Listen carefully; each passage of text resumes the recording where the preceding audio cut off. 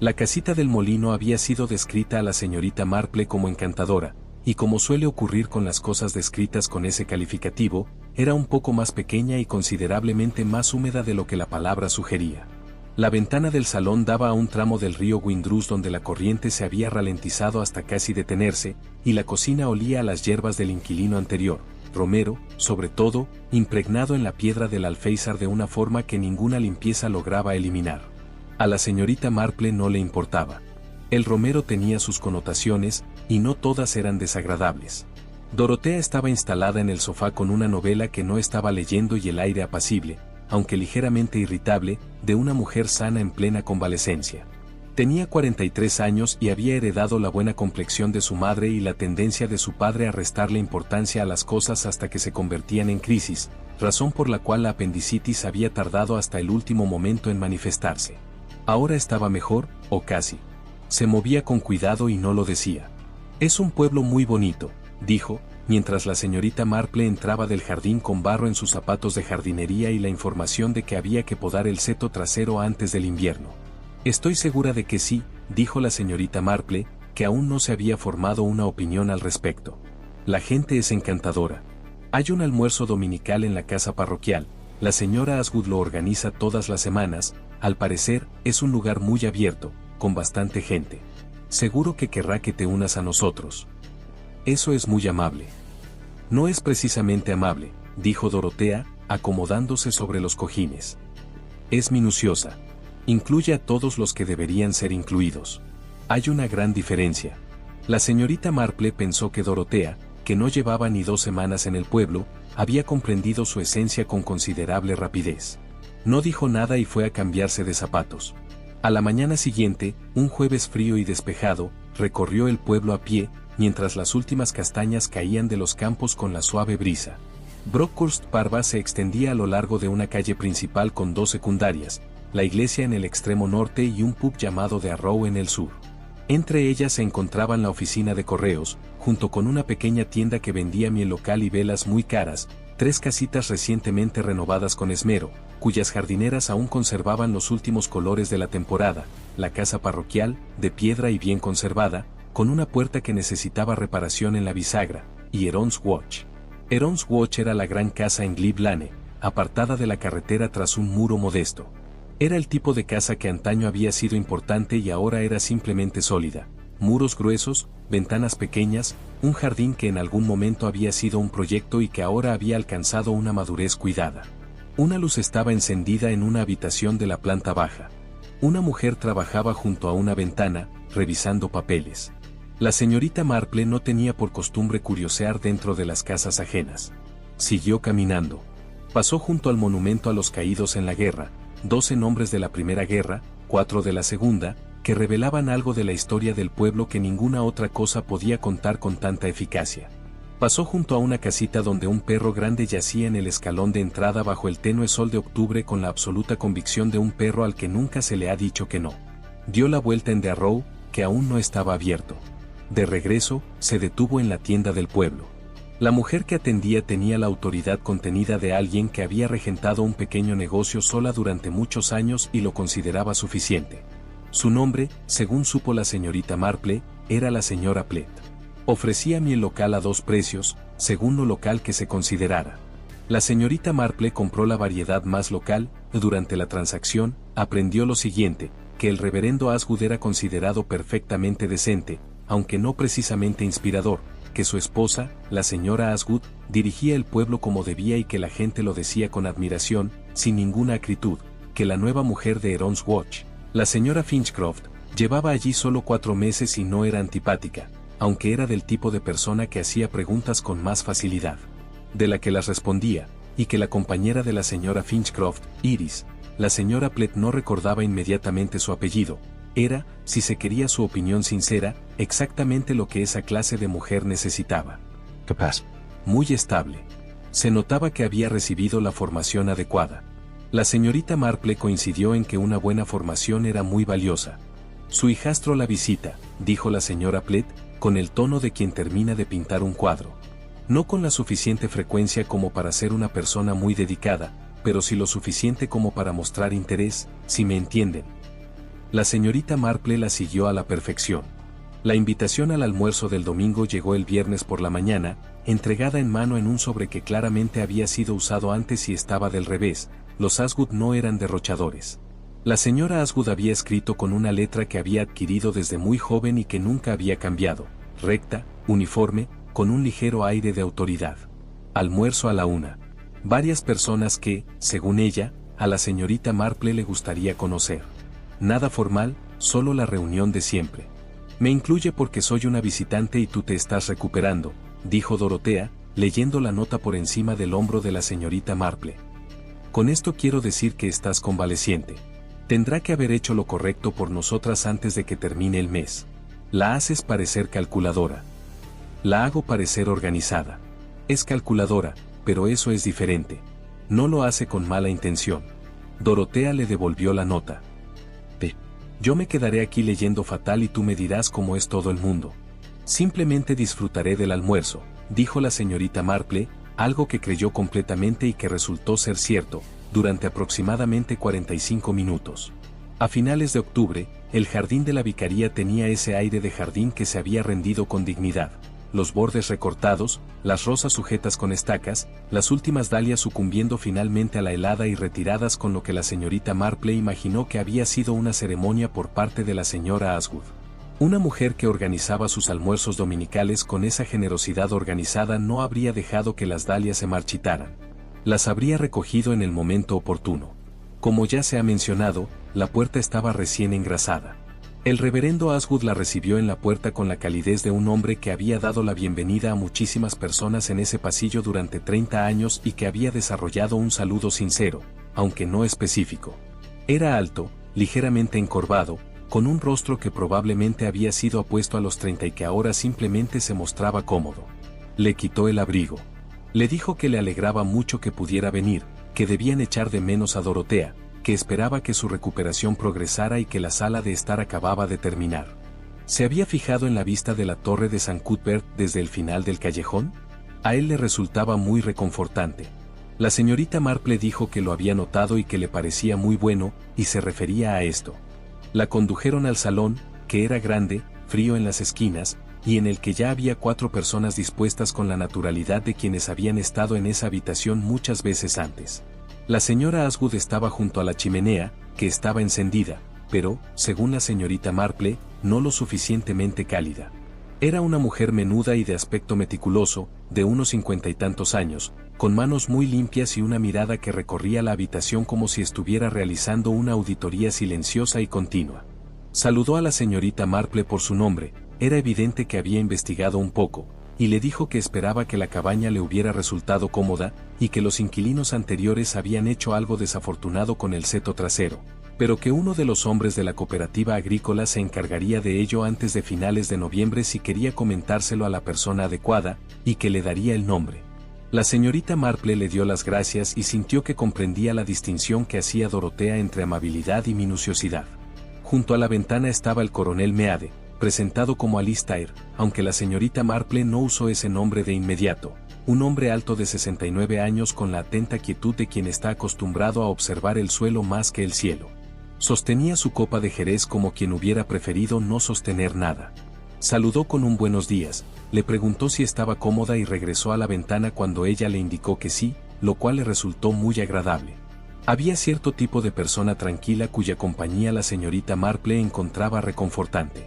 Al otro lado de la habitación, en las 2 sillas más cercanas al fuego, las sillas más calientes, que eran o bien un gesto de hospitalidad o una muestra de precedencia establecida, se sentaban Arabella Finchcroft y, junto a ella, Iris Galloway. La señora Finchcroft tenía 71 años y los aparentaba, como aquellas mujeres que han decidido no desafiar al tiempo y que, según ella, esa decisión les confiere cierta autoridad. Era de rostro ancho, vestía elegantemente con un abrigo de lana oscura, caro y usado con frecuencia, y su porte era el de alguien que en otro tiempo se había movido con seguridad por una habitación y que aún conservaba esa postura. Sus manos, sobre el regazo, estaban engrosadas en las articulaciones. Observaba la entrada de la señorita Marple con el interés atento de una mujer que encuentra en las personas nuevas algo digno de ser observado. «Serás la tía nieta de mi sobrina», dijo. «La sobrina nieta de la tía», dijo la señorita Marple amablemente. O supongo que podríamos ir por cualquiera de las dos opciones. La señora Finchcroft sonrió, lo que aportó calidez a un rostro que, al principio, parecía simplemente vigilante. Siéntate con nosotros. Iris te hará sitio. Iris Galloway hizo sitio. Tenía 38 años, aunque aparentaba menos, una cualidad no de apariencia, sino de modales, algo contenido y eficiente, un rostro que no expresaba sus reacciones espontáneamente. No era fea ni llamativa, con el pelo oscuro recogido de forma práctica y teñida de gris, lo que sugería que lo había elegido por su utilidad más que por sí misma. Movió la mesita entre las sillas sin que se lo pidieran, dejó el jerez de la señorita Marple al alcance y se sentó junto a Arabella con la naturalidad de quien conoce a la perfección las necesidades de otra persona. Es extraordinaria, dijo Arabella, señalando a Iris sin mirarla, con la naturalidad de quien hacía tiempo que había dejado de necesitar bajar la voz. Antes de que llegara, estaba hecha un lío. Completamente perdida. ¿Verdad, Iris? Lo hiciste muy bien, dijo Iris, con una calidez precisa más que efusiva, la calidez de alguien que había aprendido a emplearla con precisión. No lo gestioné nada bien. Lo gestioné fatal. Arabella volvió a mirar a la señorita Marple con la satisfacción de quien corrige la información. La muerte de Gerald fue una cosa. En un matrimonio largo, uno puede prepararse para ciertas cosas. Pero las consecuencias administrativas fueron tremendas. Las cartas. Los formularios. Llegó Iris y, sencillamente, lo solucionó todo. La señorita Marple dijo que una persona así era realmente invaluable. Quizás 20 minutos después, cuando la sala se había llenado aún más con la llegada de Miles Finchcroft, que llegó con paso rígido e intercambió con su madrastra los saludos propios de dos personas que se han comprometido a comportarse bien en público, y la conversación se había ampliado para incluir una discusión sobre el nuevo horario de autobuses propuesto y si el consejo parroquial debería tomar una postura, la señora Asgood anunció que tenían otros 10 minutos antes de que el local estuviera listo, y varias personas aprovecharon ese momento para charlar. La señorita Marple, que prefería el jardín a seguir hablando de las rutas de autobús, cruzó las puertas francesas que daban a la terraza trasera. El aire era frío y olía a humo de leña y a la particular humedad mineral de la piedra de octubre. El valle de Windrush se extendía llano y gris hacia el oeste. Ella se quedó allí, disfrutando del paisaje.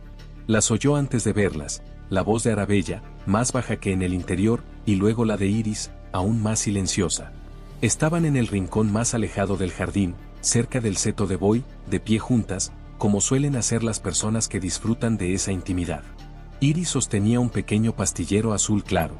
Lo había sacado del bolsillo de su cardigan gris, de su propio bolsillo, no de ningún bolso, y estaba abriendo el compartimento correspondiente al mediodía. Arabella permanecía de pie, con una mano apoyada en el seto de Boy, esperando, sin extender la mano. Tenía la docilidad paciente de quien se había entregado por completo a esa tarea y no sentía la necesidad de supervisarla. Iris agitó 2 pastillas, pequeñas y blancas, en la palma de su mano. Antes de extenderlas, echó un vistazo a su reloj. No fue una simple mirada para comprobar si llegaban tarde a una cita. Fue más breve, más específica, una comprobación de algo concreto. Observó lo que vio y luego le ofreció las pastillas. Arabella las tomó sin mirarlas y las tragó con el pequeño sorbo de agua del vaso que Iris, al parecer, había traído allí precisamente para eso. La señorita Marple vio esto. Era consciente, con esa confianza que había aprendido hacía tiempo, de algo que aún no podía nombrar. No era sospecha, ni inquietud, sino algo anterior a ambas. La leve sensación cognitiva de un detalle que se distinguía de su entorno antes de que la mente hubiera podido determinar el porqué. Ya pensaría en ello más tarde. Por el momento, apartó la mirada hacia el gris Windrush, y se aseguró de contemplar el paisaje cuando Iris levantó la vista y la vio de pie en la terraza. «Señorita Marple», dijo Iris con voz agradable y discreta. Acabamos de entrar. Arabella alzó la vista con la expresión de alguien a quien recuerdan de lejos. «Espero que no tengas frío aquí. El sol no llega a este rincón después de septiembre». Solo estaba admirando la torre, dijo la señorita Marple, lo cual era cierto, y volvió a entrar. En la puerta se detuvo, sin motivo aparente, y miró hacia atrás. Iris ya había guardado el pastillero en el bolsillo de su cardigan. Tenía la mano en el codo de Arabella, guiándola a través del césped helado hacia la luz de la sala de estar, y la atención que prestaba a este pequeño gesto, la presión constante de la mano, el ajuste del ritmo, era la de alguien para quien la seguridad de esa persona en particular era la principal preocupación en cada momento. Lo cual, por supuesto, era exactamente lo que parecía ser. La señorita Marple entró a almorzar. El comedor de la vicaría estaba dispuesto para 11 personas, lo cual se logró añadiendo una mesa plegable en un extremo, unida a la mesa principal con un mantel casi idéntico. La señora Asgood había colocado a los comensales con la autoridad invisible de alguien que entendía que el lugar donde uno se sentaba era un argumento sobre la situación, y había expuesto sus argumentos de antemano. Arabella estaba a la derecha del reverendo. Miles estaba en el extremo opuesto, cerca de la unión de la mesa plegable, entre el coronel Meade y una mujer llamada la señora Petwick, quien organizaba la feria de otoño del Instituto de Mujeres y, según comprendió la señorita Marple a los 4 minutos de sentarse cerca de ella, la organizaría con bastante detalle. La señorita Marple estaba ubicada entre el doctor Hargreaves y la silla vacía de Dorotea, que la señora Asgood había dejado puesta como gesto de afecto o de comprensión. Iris estaba situada un poco apartada de Arabella, lo suficientemente cerca como para estar disponible, pero lo suficientemente lejos como para indicar que era una invitada y no una asistente, lo cual era en sí mismo una declaración sobre cómo la señora Asgood había categorizado la disposición en Heron's Watch. El doctor Hargreaves conoció a la señorita Marple mientras desdoblaba su servilleta con la minuciosa precisión de un hombre que hacía casi todo con la misma minuciosidad. Tenía 52 años, era delgado y poseía una capacidad de observación constante y discreta, no la de alguien que espera su turno para hablar, sino la de alguien para quien la observación era un hábito profesional que hacía tiempo se había convertido en personal. Le dijo que esperaba que la cabaña le resultara cómoda. La señorita Marple respondió que sí. Él comentó que el Windrush era especialmente bueno en esa época del año. Ella asintió.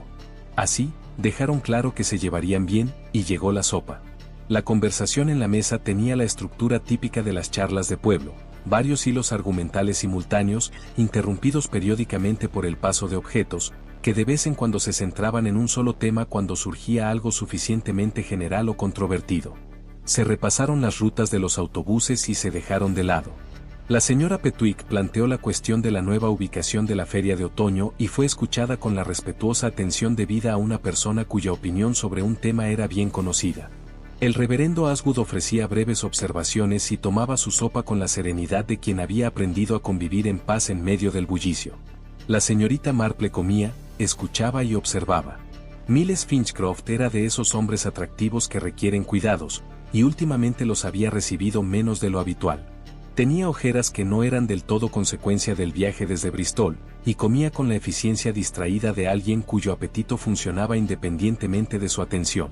Hablaba cuando se le dirigían la palabra, respondía a las preguntas con bastante claridad y, en 2 ocasiones, empezó frases que no terminó, interrumpiéndolas con la leve corrección de quien, a mitad de la frase, se recuerda a sí mismo dónde está.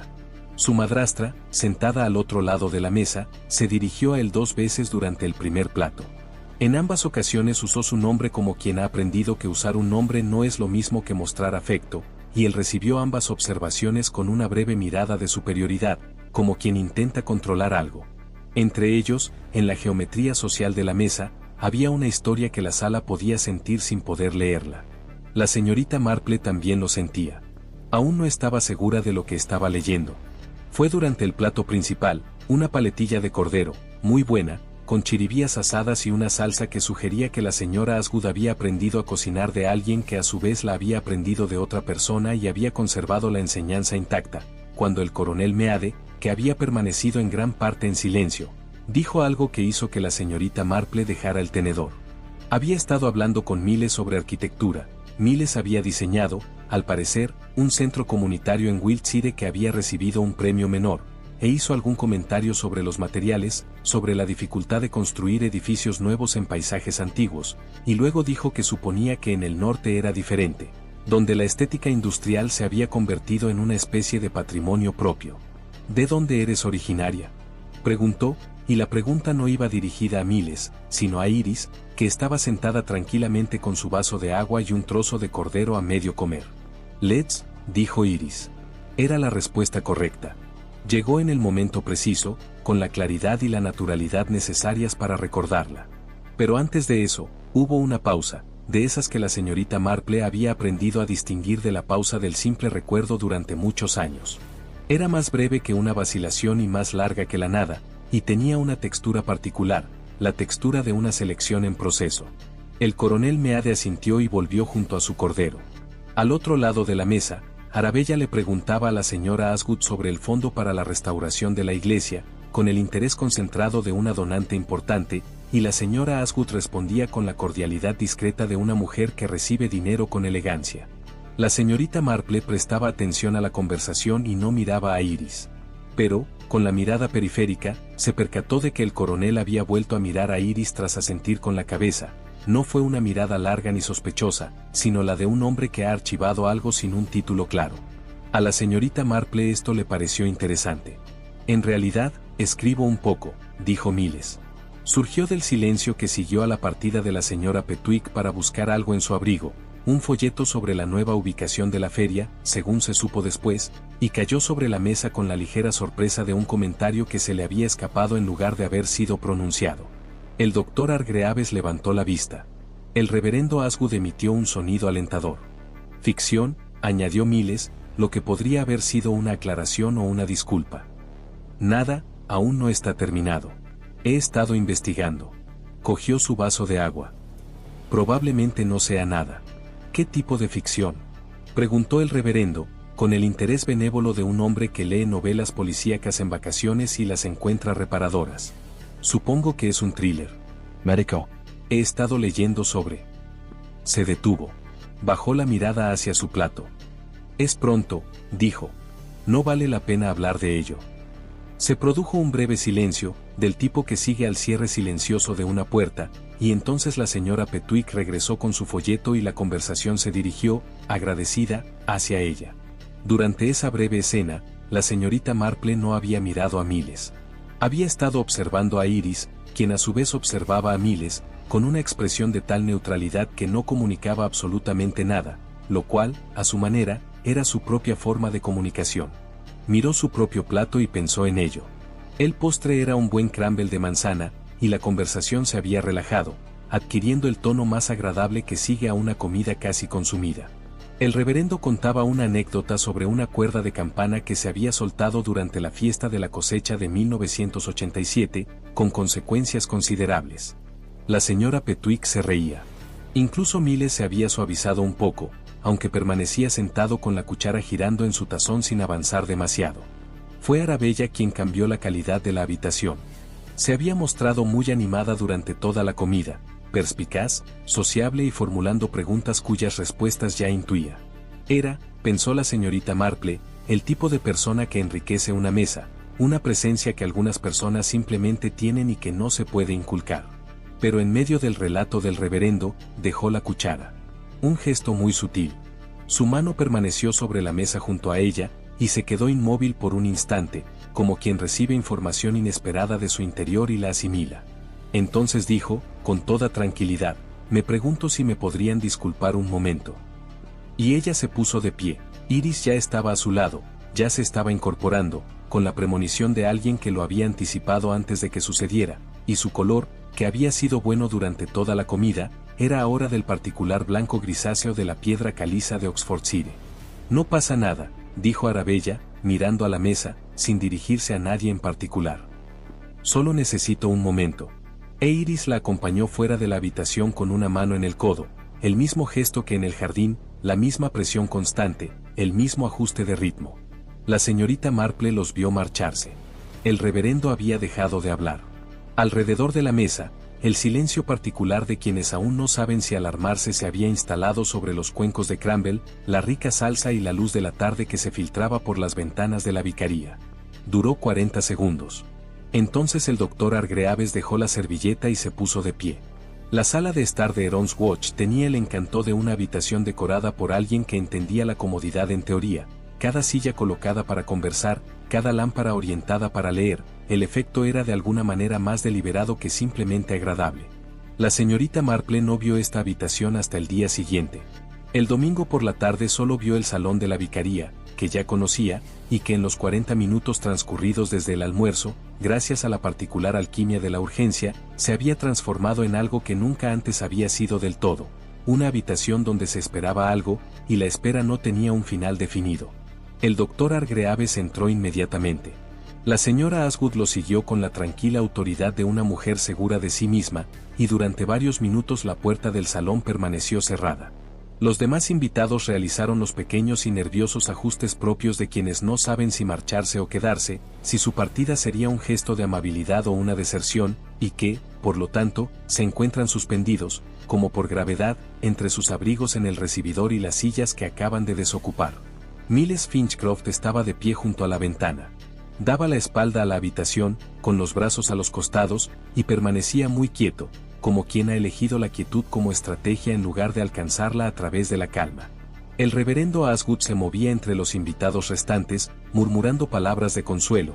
La labor pastoral se desarrollaba con fluidez, y su presencia constituía un apoyo estructural incluso cuando sus palabras carecían de contenido específico. La señora Petwick permanecía sentada con el folleto aún en la mano, sin leer, mirando al suelo. El coronel Meade permanecía de pie junto a la chimenea con su jerez, que no había tocado desde que Arabella se levantó de la mesa, y observaba la puerta del salón. La señorita Marple se sentó e hizo lo que solía hacer en las habitaciones donde sucedían cosas que aún no le estaba permitido ver, prestó atención a todo lo demás. La puerta se abrió a las 2:17. El doctor Hargreaves salió primero. Apartó la puerta tras de sí sin cerrarla del todo, lo cual era en sí mismo una forma de información, y se quedó de pie en la entrada de la sala de estar con la expresión de un hombre que, en tiempo real, reunía las palabras adecuadas para una situación en la que esperaba no encontrarse. «Lo siento mucho», dijo, dirigiéndose a los presentes. «La señora Finchcroft ha fallecido». El silencio que siguió fue ese silencio particular que acompaña a la confirmación verbal de algo que, en cierto modo, todos sospechaban. No era un silencio de sorpresa. Era el silencio de algo que llegaba y que, durante los últimos 20 minutos, se había intuido que se acercaba. Miles se apartó de la ventana. Su rostro, justo antes de arreglarlo, mostraba algo que la señorita Marple observó con atención y que no supo clasificar de inmediato. No era tristeza, o no solo tristeza, ni tampoco alivio, o no solo alivio, era la expresión particular de una persona que recibe una noticia que es a la vez un golpe y la liberación de una larga incertidumbre, y descubre que ninguna de las dos sensaciones es la que esperaba. Dijo, ella. Y luego se detuvo. Después, ¿era su corazón? Su afección cardíaca, sí, dijo el doctor Hargreaves. Llevaba un tiempo con problemas. Este tipo de evento, en pacientes con su historial, dejó la estructura médica de la frase sin completarla. No fue inesperado, en el sentido más amplio. Aunque, por supuesto, se detuvo. Lo siento mucho, dijo de nuevo. Iris salió de la sala de estar unos 5 minutos después. Era evidente que había estado con Arabella hasta ese momento. En los últimos minutos de la tarde, había permanecido en la posición de alguien cuya función era atender, y lo había hecho hasta el final. Le pareció, pensó la señorita Marple, serena. No la tensa compostura propia del shock reprimido, sino una quietud más profunda, algo aquietado bajo la superficie. Tenía los ojos secos. Transmitía la cualidad de quien se ha estado preparando, en algún lugar íntimo y privado, para un momento concreto, y que ahora se encuentra al otro lado de ese momento. Aceptó un vaso de agua de la señora Asgood. Se sentó. Respondió a las preguntas tranquilas del doctor Hargreaves sobre la mañana de Arabella. ¿La había visto inusualmente cansada? Diferente a los últimos días, con la meticulosa precisión de una profesional que relata un historial clínico. Había estado un poco cansada, tal vez, en el desayuno. Nada alarmante. Había comido bien. Tenía ganas de comer. La señorita Marple escuchó esto. Prestó atención a su ritmo particular, la exhaustividad de las respuestas, la naturalidad con la que surgían, la ausencia de las breves pausas de búsqueda que acompañan al recuerdo genuino. No insinuaba, ni a sí misma ni a nadie, que Iris estuviera mintiendo. Simplemente observaba la fluidez del relato y lo archivaba junto al jardín, el pastillero azul pálido y el reloj. El agente Trentham llegó a las 3:30, tras haber sido contactado por teléfono a través del reverendo, y se quedó en el pasillo con su libreta y la expresión atenta de un joven consciente de que era el primer representante oficial de algo que pronto sería considerablemente más grande que él. Tomó nota de los nombres. Preguntó con delicadeza si alguien tenía motivos para creer que la muerte se debía a causas distintas a las naturales. Como suele ocurrir en esos momentos, todos respondieron que no. El doctor Hargreaves confirmó los antecedentes cardíacos. Miles no añadió nada más. La señorita Marple respondió a las preguntas de Trentham sobre sí misma con la agradable brevedad de una mujer que confirma hechos, y era consciente de que él observaba, con la leve perplejidad propia de la juventud, que una anciana de St. Mary Mead se encontraba entre las últimas personas en ver con vida a Arabella Finchcroft, sin encontrarle mayor importancia. Ella no le ayudó a encontrarle sentido. Era demasiado pronto para eso. Regresó a la casita del molino a las 4 de la tarde, aprovechando los últimos rayos de luz. El camino estaba vacío y el aire tenía una frialdad penetrante, propia del otoño, que acentúa los contornos en lugar de suavizarlos. Dorotea levantó la vista de su novela cuando entró la señorita Marple y leyó el rostro de su tía con la rapidez de quien se conoce desde hace mucho tiempo. «Algo sucedió», dijo ella. «La señora Finchcroft falleció en la vicaría. Le dolía el corazón». Dorotea guardó silencio un momento. «Qué triste. Acababa de llegar al pueblo». «Sí. ¿Fue angustiante? ¿Estar allí?» «Así fue», dijo la señorita Marple, lo cual era cierto, aunque no por las razones que Dorotea imaginaba. Se sentó en la silla junto a la ventana y contempló el Windrush gris que se adentraba en la última luz del día, y pensó en la paciencia, la atención y la singular serenidad de Iris Galloway en la habitación tras la muerte de Arabella. No es la compostura de alguien en estado de shock. La serenidad de alguien que ha llegado a un lugar al que llevaba mucho tiempo queriendo ir. Una hora después, seguía junto a la ventana cuando oyó, a lo lejos, un coche en Glebe Lane. Un segundo coche seguía al primero, moviéndose con la particular determinación de los vehículos oficiales. No se levantó para mirar. El inspector Slack, pensó, o alguien muy parecido a él. Llegó a la conclusión de que lo estaba esperando, ya vestido y arreglado, y extendiéndole la mano. Esperaba que él tuviera cuidado con Miles Finchcroft. Ella aún no creía que lo fuera. El inspector Slack llegó a la conclusión sobre Miles Finchcroft del mismo modo que un hombre llega a una silla hacia la que se ha estado moviendo durante toda la noche, con la satisfacción de quien ha encontrado lo que siempre estuvo ahí esperando, y no ve razón para seguir buscando.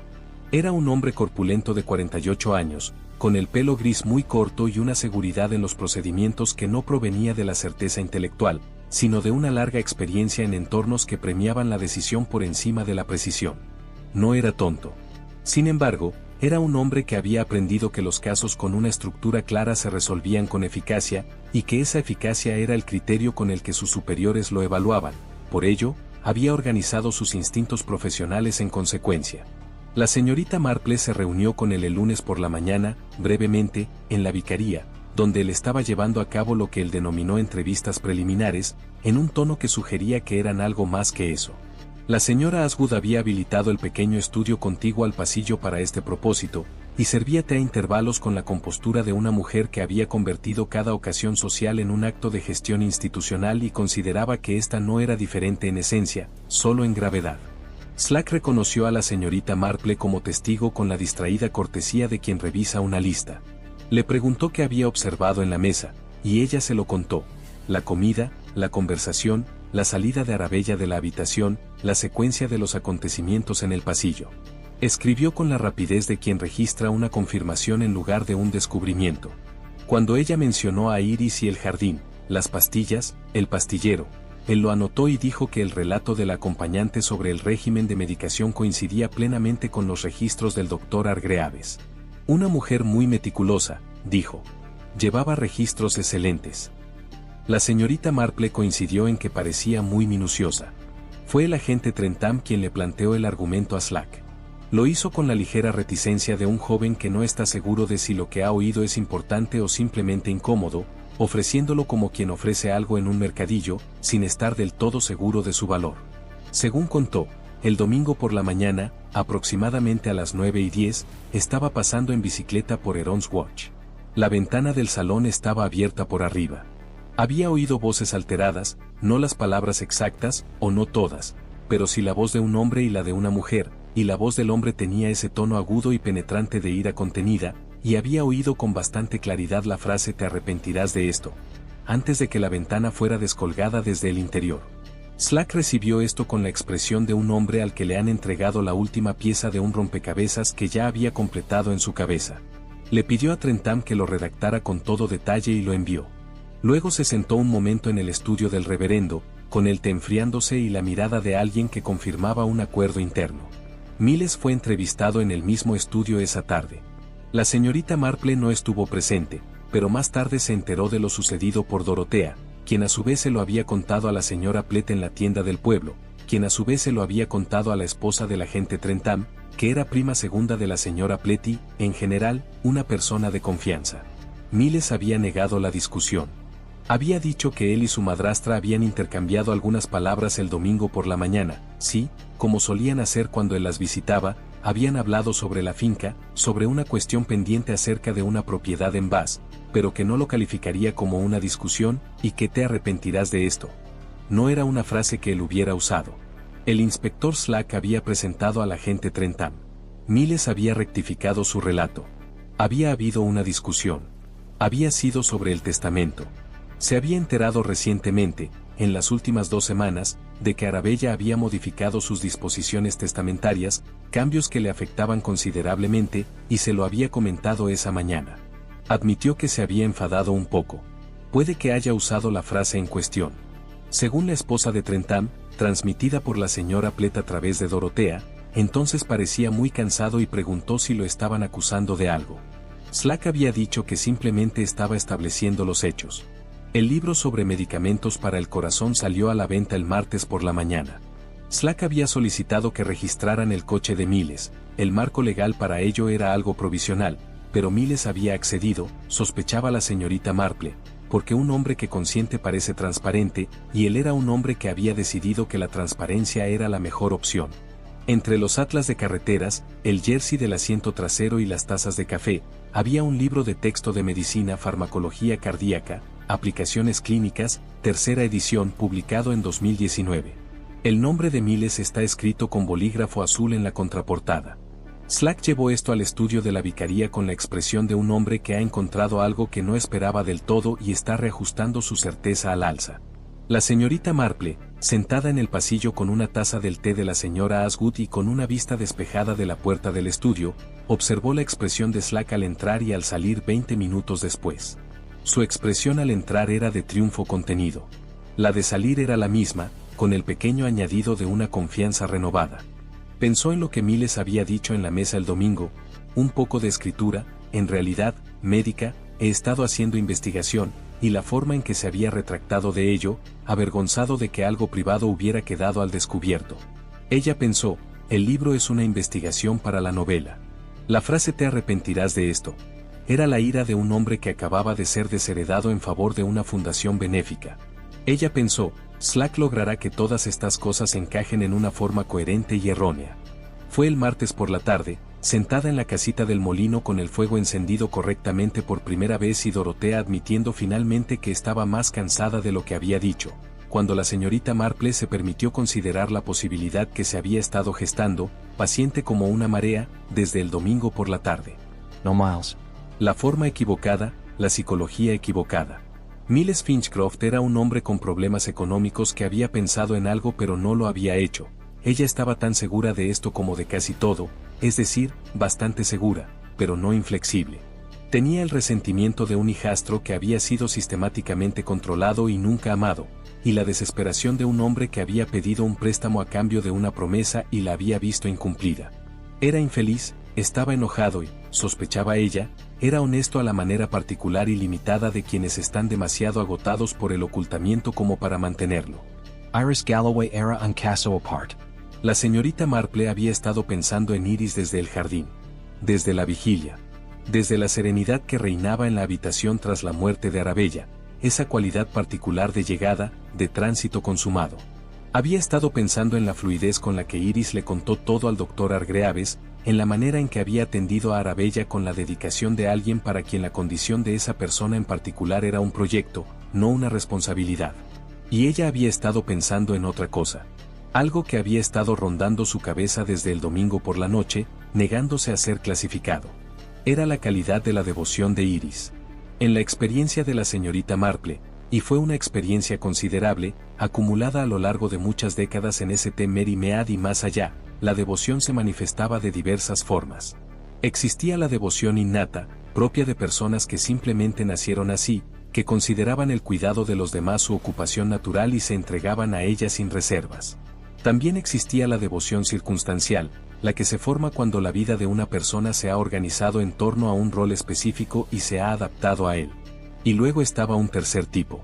Un tipo que se parecía exactamente a los demás, pero que, en su interior, tenía una estructura completamente diferente. Un tipo que no estaba dirigido a la persona cuidada, sino a algo que la persona cuidada representaba. La señora Burrell, de St. Mary Mead, había tenido ese tercer tipo de atención. Había cuidado a la madre del Dr. Aydock durante 2 años con una devoción tan completa que todo el pueblo lo había notado. Y la señorita Marple, al verla en la calle principal, en la fiesta del jardín y al otro lado del pasillo de la iglesia, lo había percibido, la calidad de la atención propia de alguien que espera, no simplemente de alguien que se preocupa. Nunca supo decir qué esperaba la señora Burrell. La anciana murió en paz. Nunca se demostró nada. Nunca se buscó nada. Pero pensó en ella ahora, en la casita del molino con el fuego y el río afuera, y pensó, Iris Galloway llevaba tiempo esperando algo. Y el domingo por la tarde, en el salón de la vicaría, a las 2:17, dejó de esperar. La pregunta era ¿por qué? La pregunta era que había sido Arabella Finchcroft para Iris Galloway antes de convertirse en una mujer a la que cuidar. Todavía estaba dándole vueltas a la pregunta cuando Dorotea dijo, desde el sofá, sin levantar la vista de su novela, se van a llevar a Miles. La señorita Marple miró por la ventana de la cabaña. Un coche circulaba por el camino en dirección al pueblo, y a través de la ventana trasera pudo ver, con bastante claridad, la silueta de un hombre sentado muy erguido, con la quietud de alguien que ha decidido mostrarse digno ante algo que aún no ha aceptado. «Pobre hombre», dijo Dorotea. «Sí», dijo la señorita Marple. Lo dijo con más convicción de la que Dorotea imaginaba, y por razones que Dorotea no habría comprendido. Al ver cómo el coche se alejaba por el camino hacia el pueblo, sintió la incomodidad particular de quien ve lo que está sucediendo pero aún no puede aportar pruebas para detenerlo. Aún no. Pero el coronel, pensó.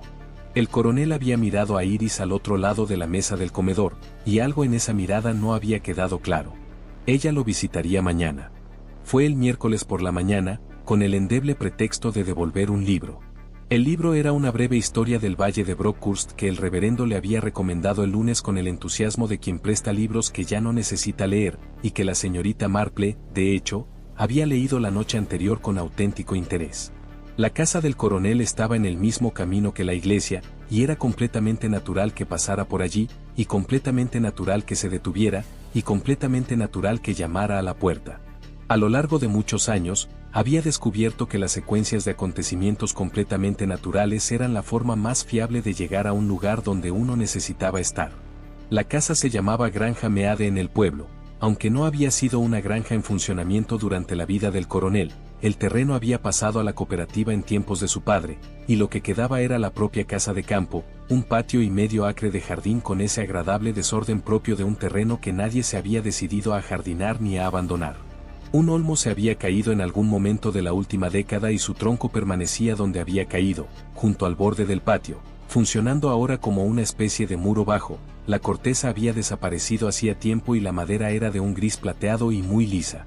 El coronel abrió la puerta personalmente. No mostró sorpresa alguna al encontrar a la señorita Marple en su puerta con un libro, lo que sugería que o bien ya se lo esperaba o que, simplemente, era un hombre poco dado a las sorpresas evidentes. Miró el libro, la miró a ella y se apartó de la puerta. «Será mejor que entres», dijo. La sala de estar era tal como la había imaginado, no desordenada, pero sí con un ambiente acogedor, con la clara huella de un hombre que había ordenado las cosas a su gusto y las había dejado así. Libros apilados de forma irregular. Un mapa a gran escala del valle enmarcado sobre la repisa de la chimenea. 2 buenas sillas, ambas desgastadas, colocadas en ángulos respecto al fuego que sugerían que habían adquirido esa posición por el uso prolongado más que por decoración. Sobre la mesita auxiliar junto a la silla de la izquierda, un vaso de agua y un ejemplar de una historia militar que reconoció por el lomo como una fuente secundaria fiable. Era un lector, señaló ella. De esos que leen con seriedad y sin segundas intenciones, lo cual es diferente de los que leen para qué. Ella se sentó.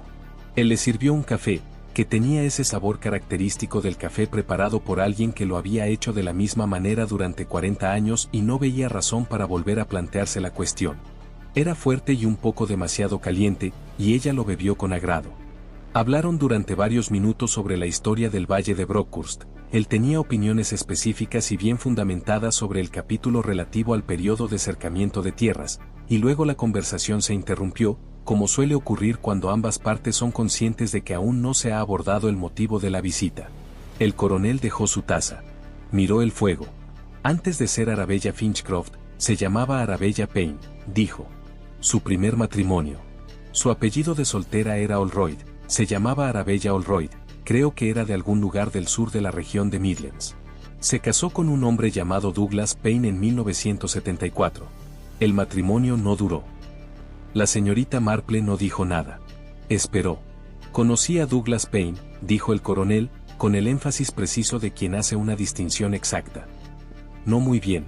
Se dedicaba a algo parecido, propiedades, y se movía al margen de algunos de los mismos círculos a principios de los 80. Cuando Arabella lo dejó, se habló de cómo lo hizo. Había conocido a Gerald Finchcroft antes de que terminara el matrimonio. Ese tipo de situación. Hizo una pausa. Payne no se recuperó bien. Sufrió una especie de crisis. Murió en el 87, creo. Posiblemente por alcoholismo, o por las consecuencias del alcoholismo. No recuerdo bien ese periodo. Se detuvo. Seguía mirando el fuego. Mencionaste a una hermana, dijo la señorita Marple con suavidad. Durante el almuerzo mencioné a la familia Payne de pasada. Había una hermana, menor, creo. Sandra. Nunca la conocí. Sabía de ella como se sabe de la gente en ese ambiente, de forma superficial, por asociación. Por lo que entendí, estaba muy unida a Douglas. Su muerte la afectó mucho. Tomó su taza de café, la encontró vacía y la volvió a dejar.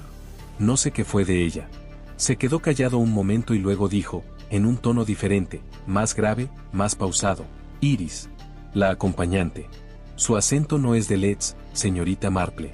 O no del todo. Hay algo más. Llevo intentando descifrarlo desde el domingo y siempre vuelvo a Sheffield. Los Payne eran de Sheffield. La habitación estaba muy silenciosa. Afuera, una paloma hacía su repetitiva indagación otoñal en el olmo que bordea el patio. La señorita Marple dejó su taza con el cuidado de alguien que se aseguraba de que el leve sonido que producía no interrumpiera la organización de las cosas en su mente. Ella dijo, ¿sabías lo que había hecho Arabella? Me refiero a antes del domingo. ¿Sabías que estaba aquí, en Brockhurst Parva? El coronel la miró directamente por primera vez desde que se había sentado. Sus ojos eran grises, serenos y contenían, pensó ella, la mirada de un hombre que llevaba 3 días haciéndose la misma pregunta. Sabía que se había mudado al condado, dijo. Vi su nombre en un anuncio local, la donación para la restauración de la iglesia. Lo reconocí. Pensé, se detuvo. Pensé que no era asunto mío. Lo que pasó entre los Payne y Arabella Finchcroft ocurrió hace 30 años y no fue un delito en ningún sentido legal. Hizo una pausa.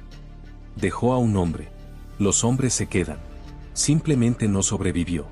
Eso no es algo que se pueda imputar. No, dijo la señorita Marple. No lo es. Lo dijo en voz baja y sin juzgar, y él lo recibió con el mismo espíritu, que era el de 2 personas que reconocen una verdad que no resuelve nada. La hermana, dijo la señorita Marple tras un instante. Sandra Payne. Si tuviera una hija. No terminó la frase. No hacía falta. El coronel volvió a mirar el fuego, luego se levantó, se acercó a la ventana y contempló el tronco de olmo gris plateado que bordeaba el muro del patio, y permaneció en silencio el tiempo suficiente para que la señorita Marple comprendiera que no iba a decir nada más, no porque no quisiera, sino porque no había nada más que decir. El resto era suyo.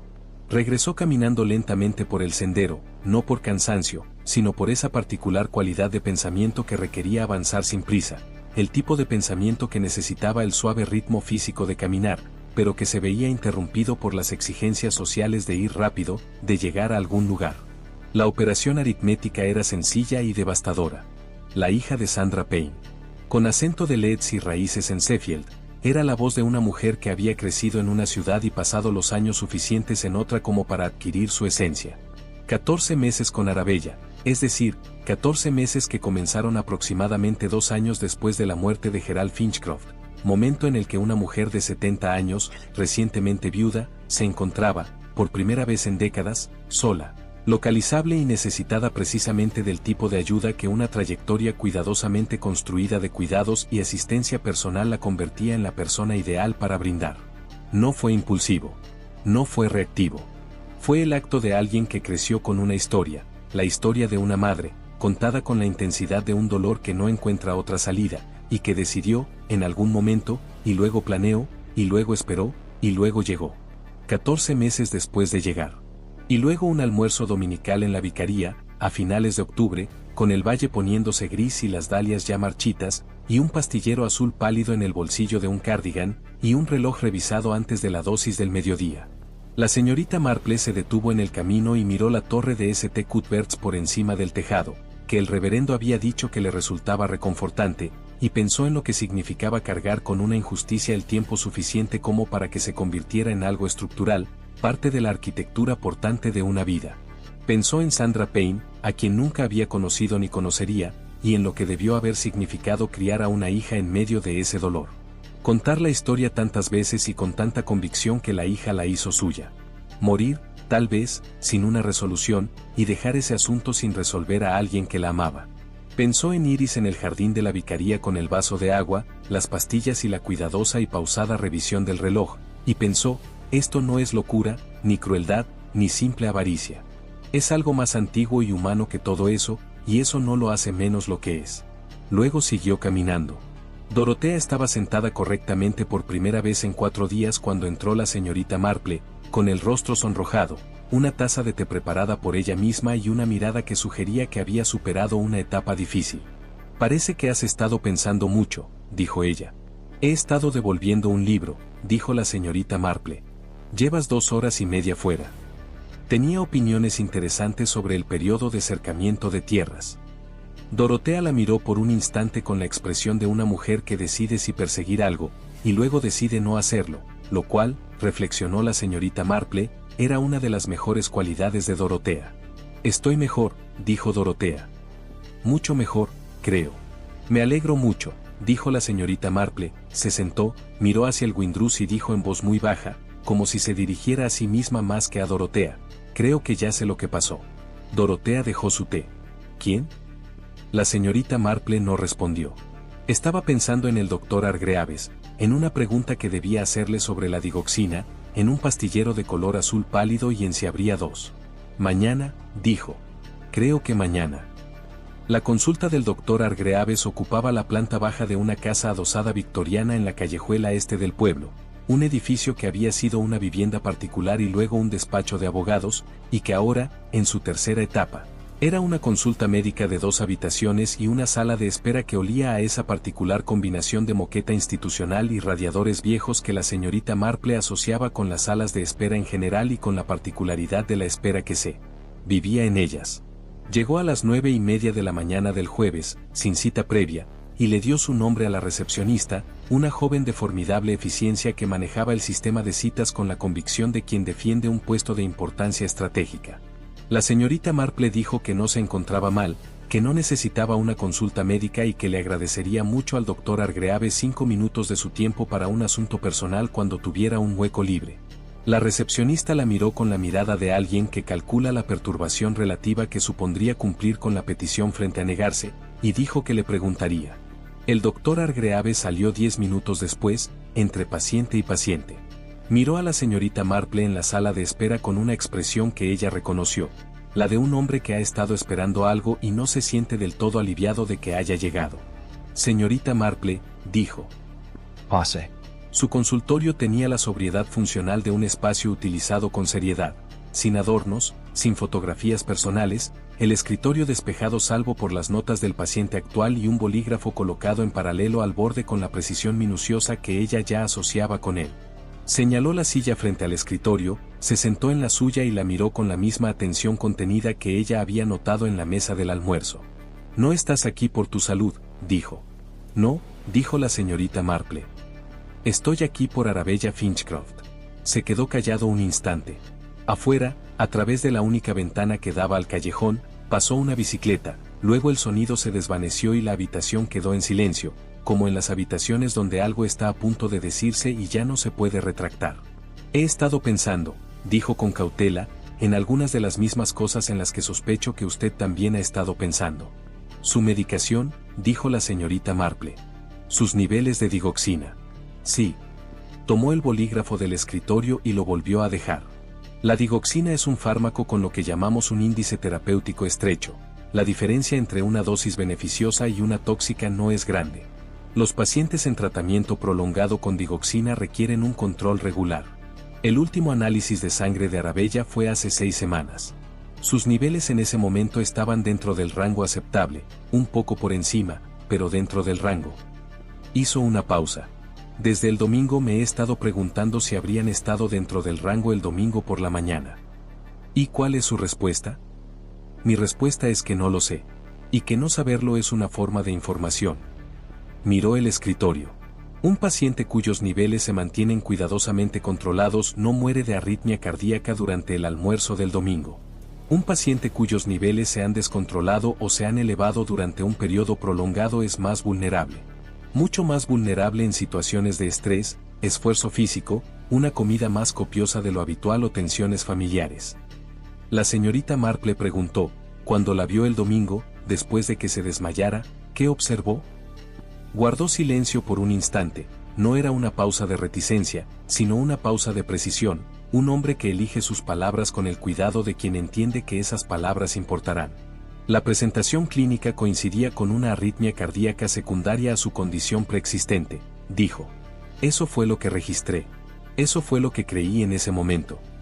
Otra pausa. No había señales que yo calificara como indicativas de algo más. Pero sí había ciertas características.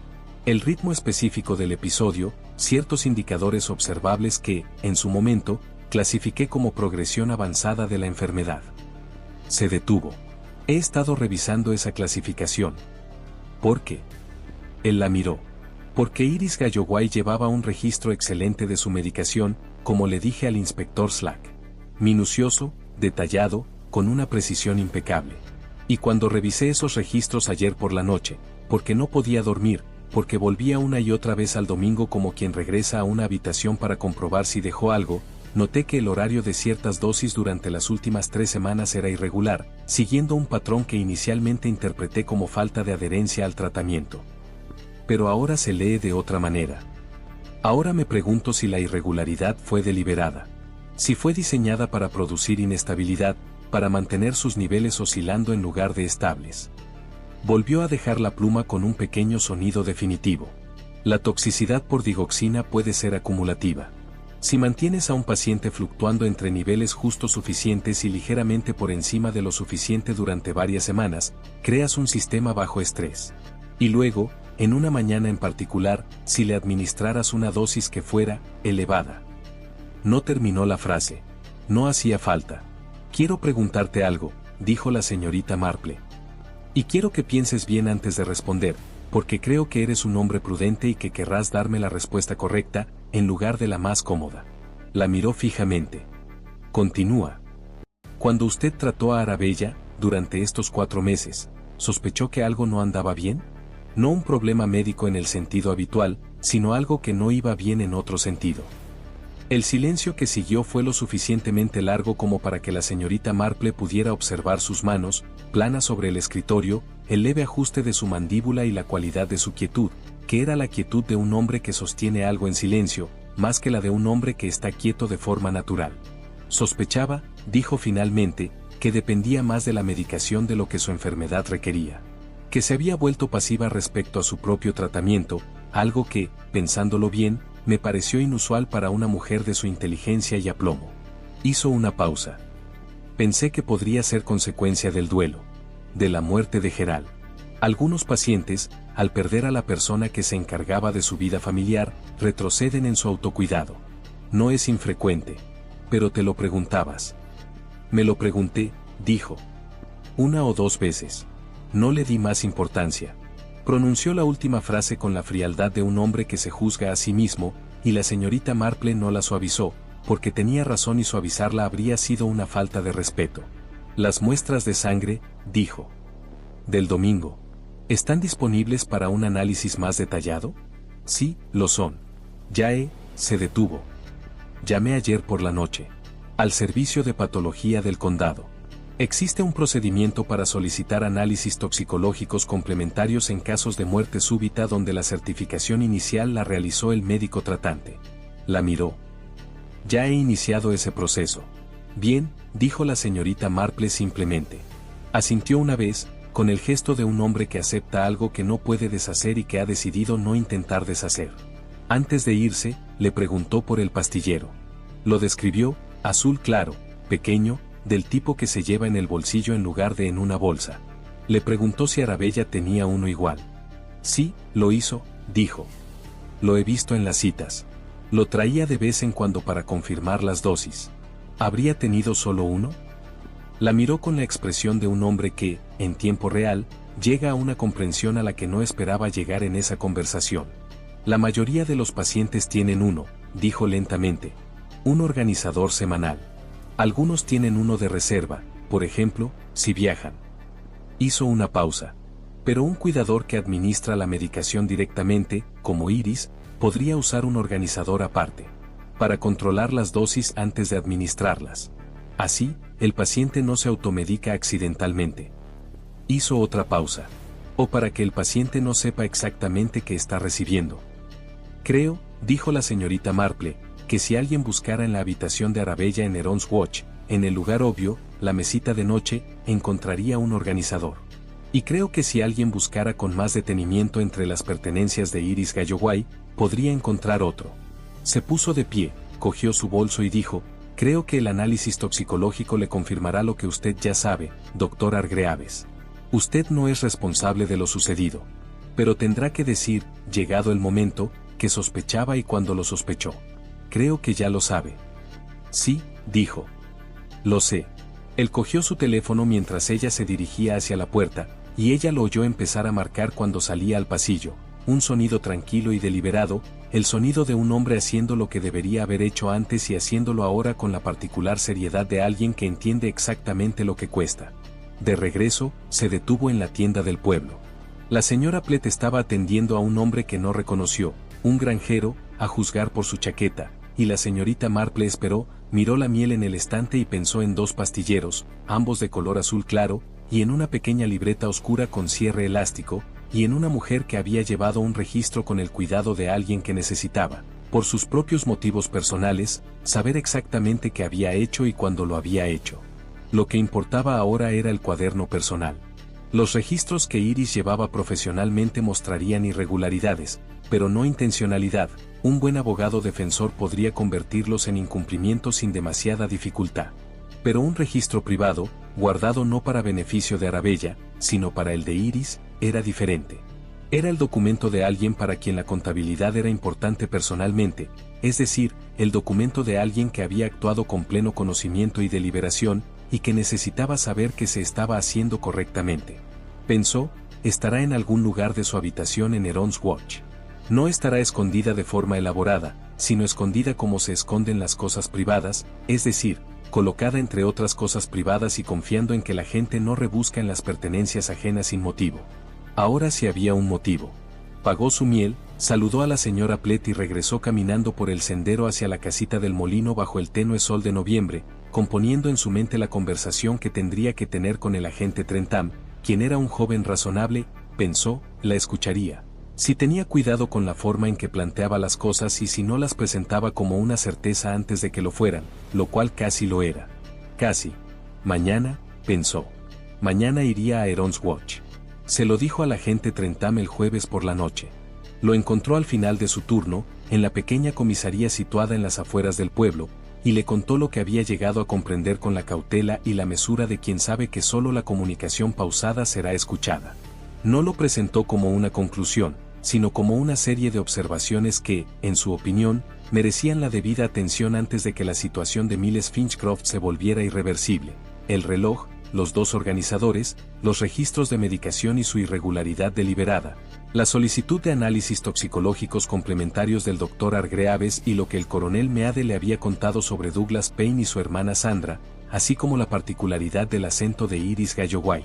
Más allá de su apariencia artificial. Trentham escuchaba con la quietud concentrada de un joven que ha aprendido que escuchar con atención es lo único que puede hacer mejor que las personas que están por encima de él en la jerarquía, y que ha estado esperando, sin saberlo del todo, a que alguien le dijera algo que valiera la pena escuchar. Cuando ella terminó, él se quedó callado un momento y luego dijo, «¿El inspector Slack no?» «Inspector Slack», dijo la señorita Marple amablemente, «no es necesario que conozca el origen de la investigación. Usted es un agente local que lleva a cabo una investigación exhaustiva de un caso de muerte súbita. La solicitud de análisis toxicológico ya se ha realizado por los cauces reglamentarios. La cuestión de la medicación y las pertenencias en Heron's Watch es, sencillamente, una cuestión de diligencia debida». La miró por un instante con la expresión de un joven que mide la distancia entre lo que le han dicho y lo que le están diciendo ahora. «Necesito hablar con alguien», dijo. «Por supuesto», dijo la señorita Marple.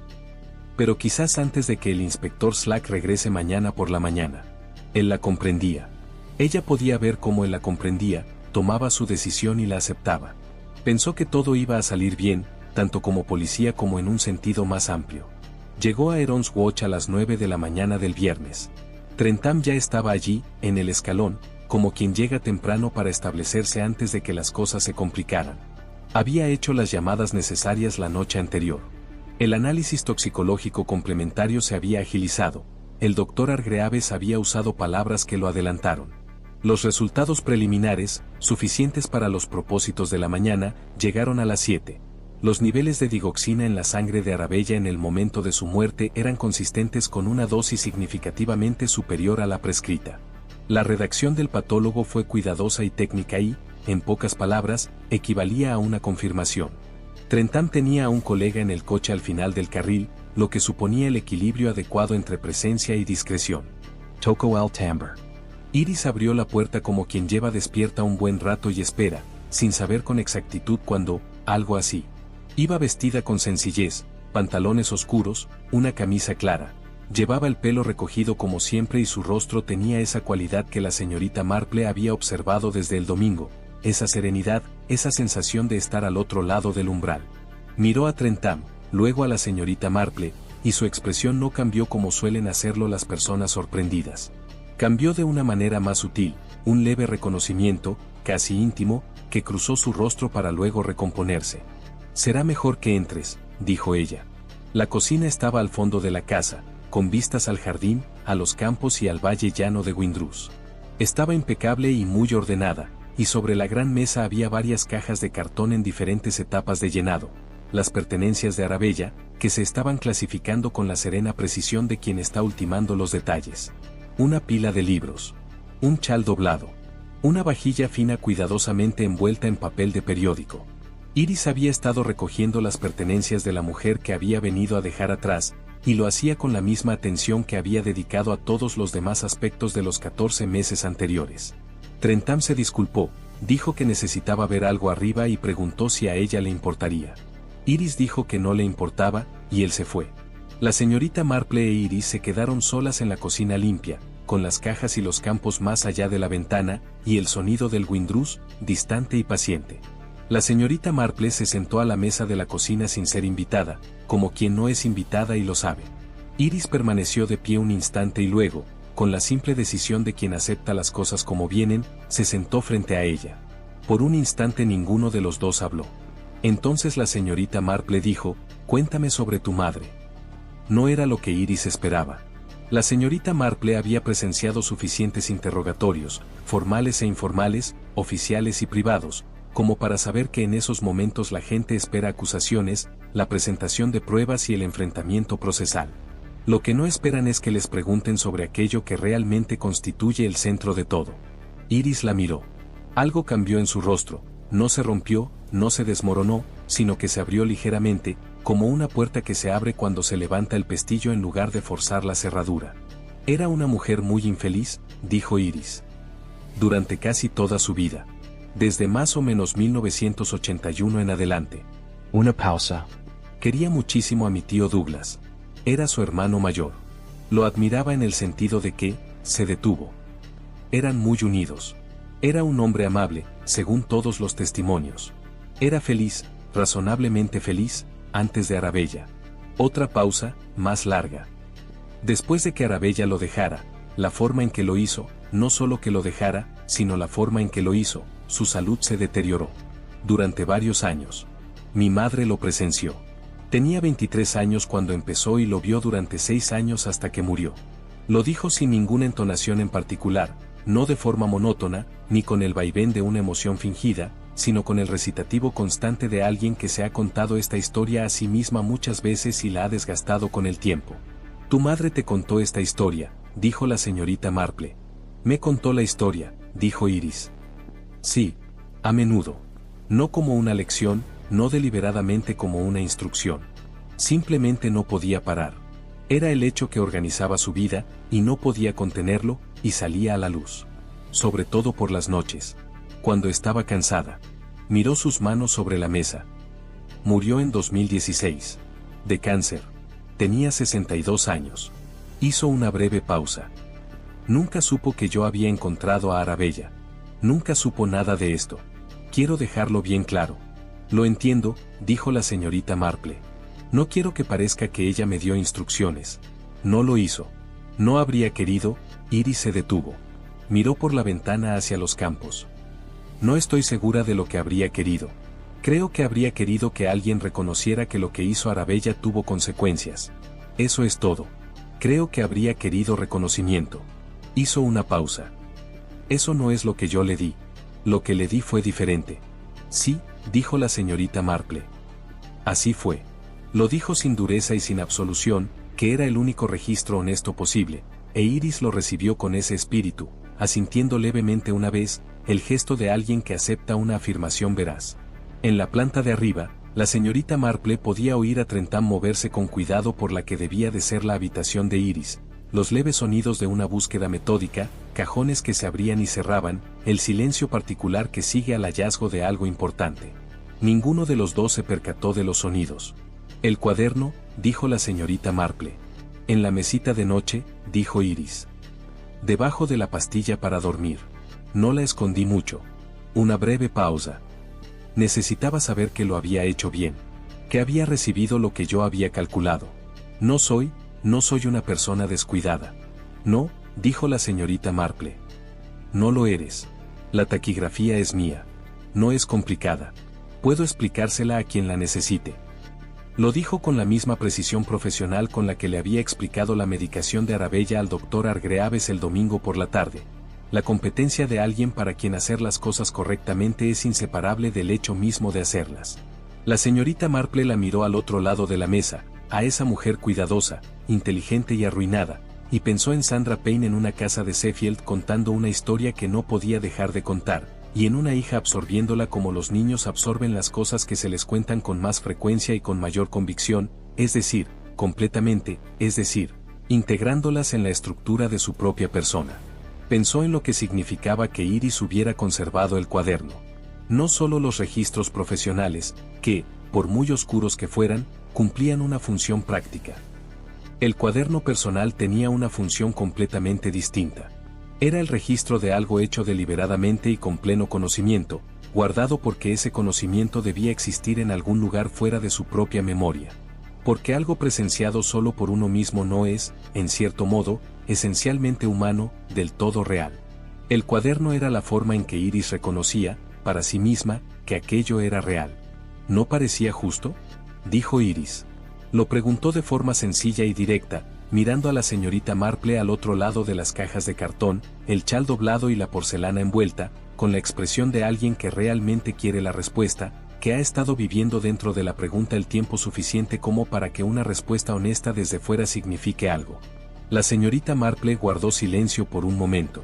Pensó en Douglas Payne, quien, según todos los testimonios, había sido un hombre amable. Pensó en Sandra, que tenía 23 años cuando comenzó la desgracia y 62 cuando murió de cáncer, con la historia aún presente en su interior. Pensó en Arabella, que había abandonado a un hombre de una manera cuyas consecuencias ni pretendía ni reconocía, y que había pasado 33 años prosperando sin encontrar una solución. Pensó en Iris, que había dedicado 4 años a encontrar a Arabella y 14 meses a ser indispensable para ella, paciente como la geología, tan decidida como el agua que encuentra su nivel.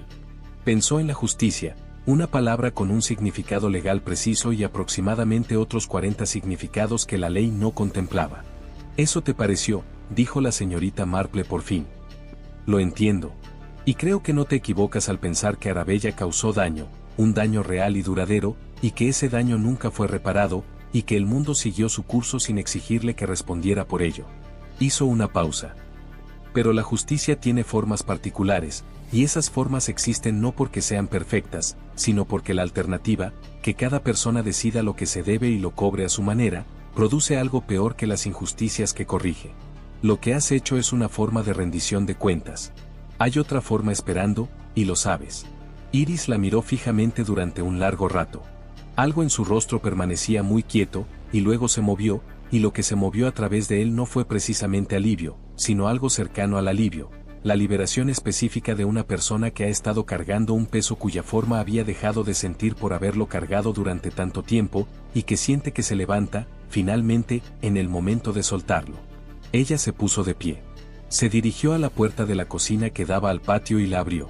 Allí estaba el compañero del agente Trentham, que había venido sigilosamente desde el callejón. Trentham estaba en las escaleras, e Iris lo miró, luego volvió a mirar a la señorita Marple y dijo: «El cuaderno se explica solo. Dígales que lo dije yo». Luego salió al patio en aquella tenue mañana de noviembre, bajo la luz gris y plana del valle de Windrush, y no miró hacia atrás. La señorita Marple se sentó sola en la cocina limpia por un momento. Las cajas estaban medio llenas sobre la mesa. El chal doblado. La porcelana, envuelta. Los libros apilados con los lomos orientados en direcciones diferentes, como sucede cuando alguien más los empaqueta, alguien que desconoce el sistema del dueño. Miró por la ventana los campos, de un gris plateado por la mañana, y las dos figuras que cruzaban el patio, y el coche al final del camino, y no se sintió triunfante ni satisfecha ni con el alivio particular que a veces había sentido cuando las cosas se resolvían, cuando la forma correcta de los acontecimientos se hacía visible y la forma incorrecta se desvanecía. Se sentía cansada, pero no de una forma relacionada con el sueño. Pensó en Sandra Payne, que nunca lo había sabido.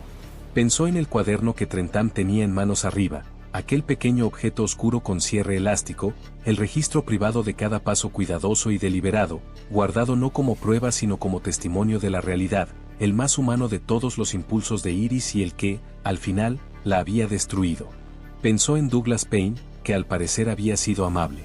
Pensó en Arabella, sentada en el sillón frío más cercano a la chimenea de la vicaría, dirigiéndose a Miles con cuidadosa amabilidad, vigilando la puerta cuando Iris salía de la habitación, esperando el vaso de agua y el organizador azul pálido con la docilidad de quien ha abandonado por completo una tarea. Pensaba que no existía ninguna disposición de estas cosas que no contuviera, en algún lugar, una injusticia. Que esto no era una peculiaridad de este caso, sino una característica de la mayoría, si se analizaban con detenimiento y desde suficientes perspectivas. Que la ley hizo lo que pudo y dejó el resto, que era considerable, al tiempo, al silencio y a la reflexión personal de los vivos. Entonces se levantó, se arregló el abrigo, cogió su bolso y salió por la puerta de la cocina a la mañana de noviembre. El coche del inspector Slack venía subiendo por el carril. Ella pensó que él se iba a enfadar muchísimo. Como era de esperar, el inspector Slack estaba sumamente molesto. Llegó a Heron's Watch a las 9:47 y encontró el asunto resuelto, al sospechoso bajo custodia, las pruebas clave ya catalogadas y a una mujer de 70 y tantos años de St. Mary Mead de pie en el callejón con su bolso y la expresión amable de quien acaba de terminar un paseo y reflexiona sobre el tiempo. Se quedó un momento junto a su coche con la expresión particular de un hombre que reajusta su percepción de la mañana, y luego entró en casa. La señorita Marple no volvió a saber nada de él directamente hasta el martes siguiente, cuando apareció en la casa del molino con una libreta y el aire de quien realiza una entrevista formal que desearía haber llevado a cabo mucho antes. Formuló sus preguntas con la meticulosidad propia de quien se asegura de que, al menos, el expediente refleje positivamente el proceso. La señorita Marple las respondió por completo y sin aportar nada que él no le hubiera preguntado, lo cual era lo correcto con el inspector Slack y con la mayoría de los inspectores de su tipo. Al marcharse, comentó que su ayuda había sido tomada en cuenta, con un tono que indicaba que había sido tomada en cuenta de una manera que uno preferiría no tener que mencionar.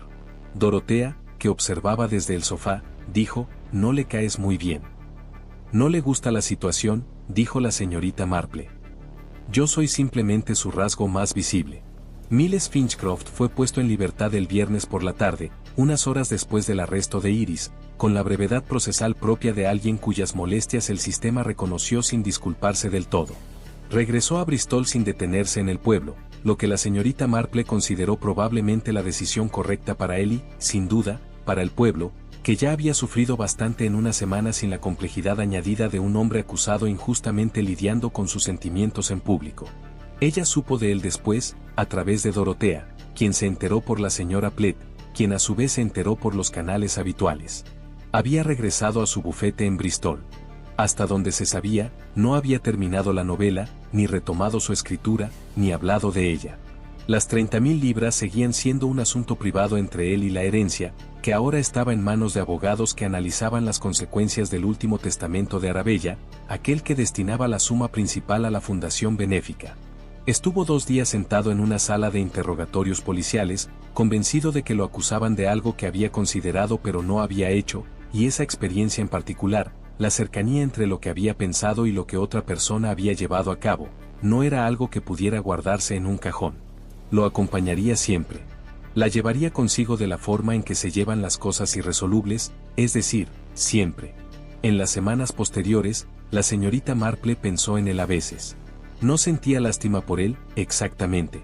Sentía algo más preciso que tristeza, el reconocimiento, quizás, de la capacidad humana de contemplar posibilidades que luego no llevamos a cabo, y el precio que supone saber que las contemplamos durante toda la vida.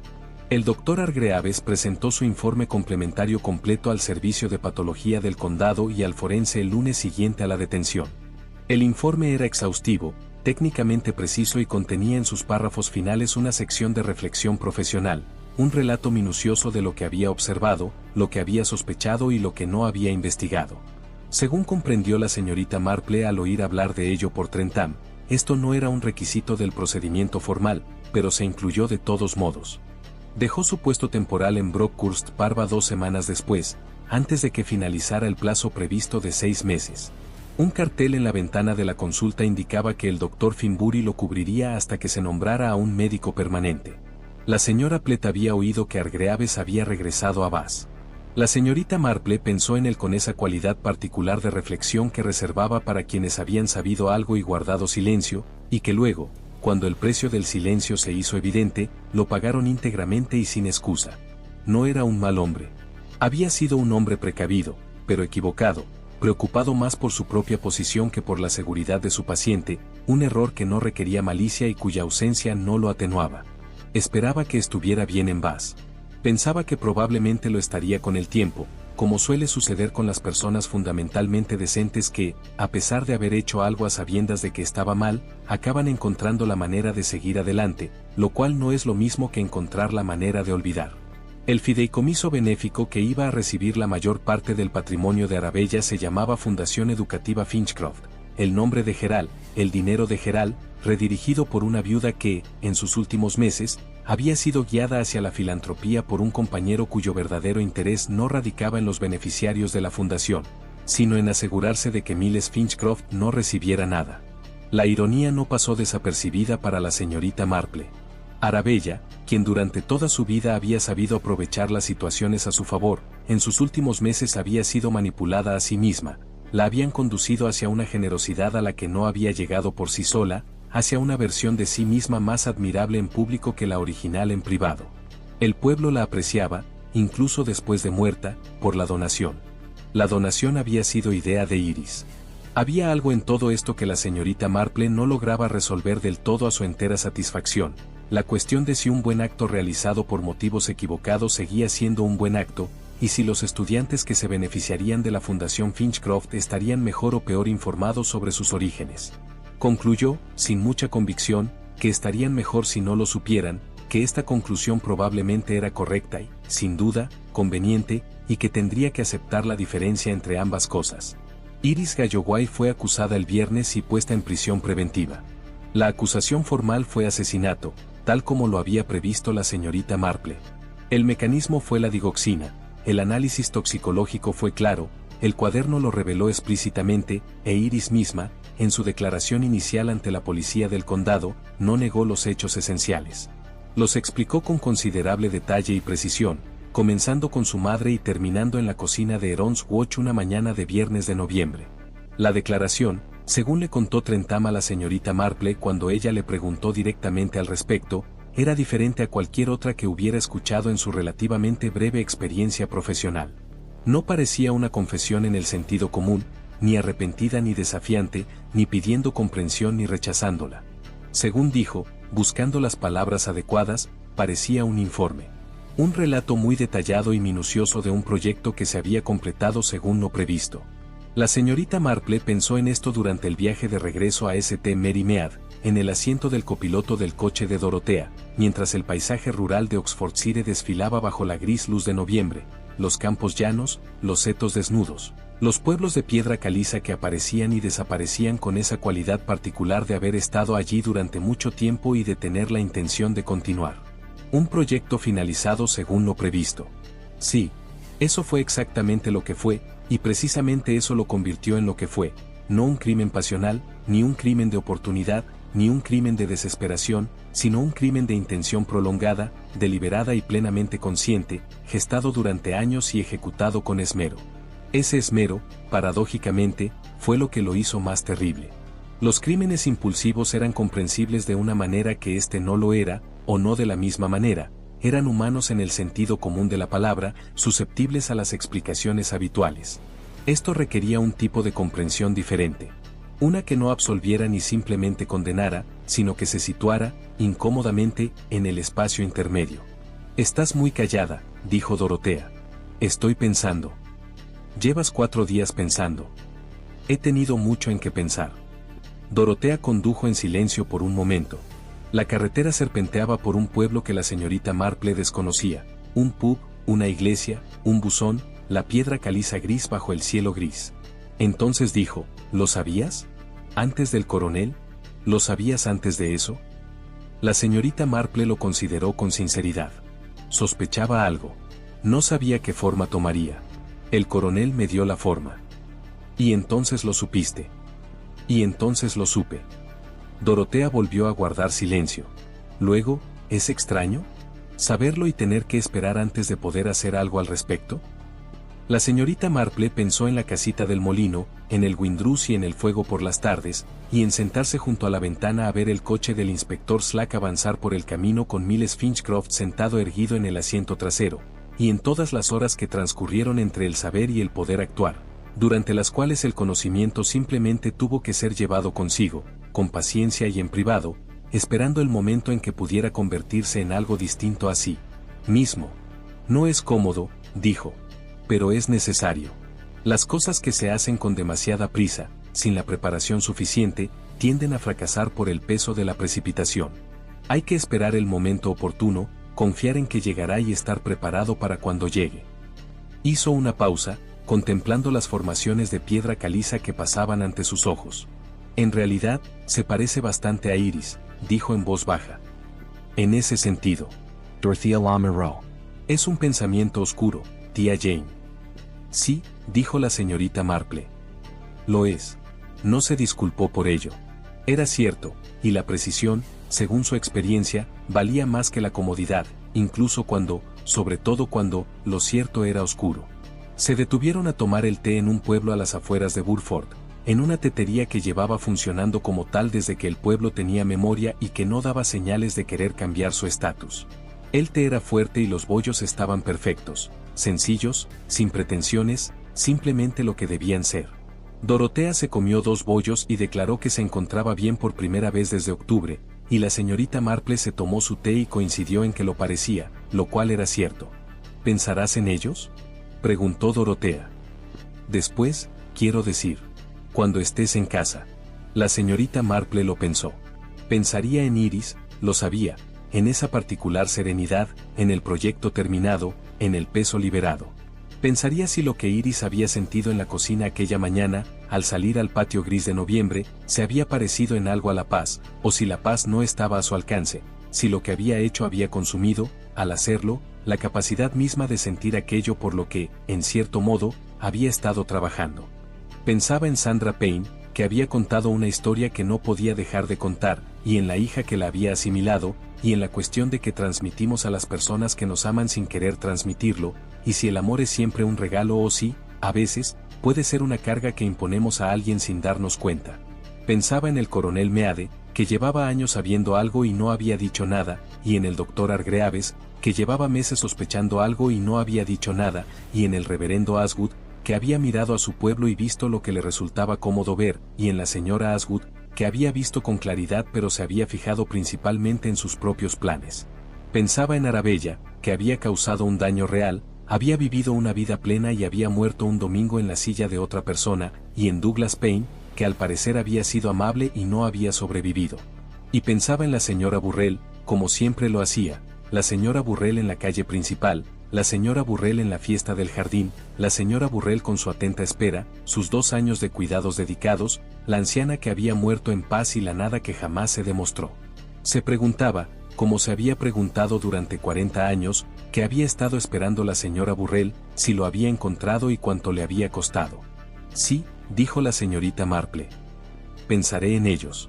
Terminó su té, dejó la taza con cuidado y miró por la ventana del salón de té el pueblo de piedra caliza en el gris de noviembre, y pensó que, de hecho, ya estaba pensando en ellos, y que probablemente esto continuaría durante algún tiempo, que era la forma en que las cosas no se resolvían fácilmente. Casi todo, según su experiencia. La mayoría de las cosas. El coche llegó a St. Mary Mead cuando la luz de la tarde empezaba a desvanecerse, y el pueblo apareció a la vista tras la familiar curva de la carretera principal, la iglesia, la calle principal, las casas que había conocido toda su vida y cuyos habitantes, pasados y presentes, llevaba consigo como una especie de biblioteca de referencia, consultada continuamente, nunca completa. Estaba contenta de estar en casa. No porque Brockhurst Parva hubiera sido desagradable, no lo había sido, ni porque los negocios allí no hubieran tenido interés, había sido, a su manera sombría, profundamente interesante. Sino porque el hogar era el lugar donde la biblioteca de referencia se encontraba en su contexto adecuado, donde el conocimiento acumulado de más de 70 años de observación tenía su entorno natural, su luz propia. Pensó, descansaré una semana. Cuidaré el jardín en la medida que la estación lo permita. Leeré los libros que tenía pendientes. Invitaré a la señora Bantry a tomar el té y no hablaré de Brockhurst Parva a menos que me pregunten, y si me preguntan, lo comentaré brevemente.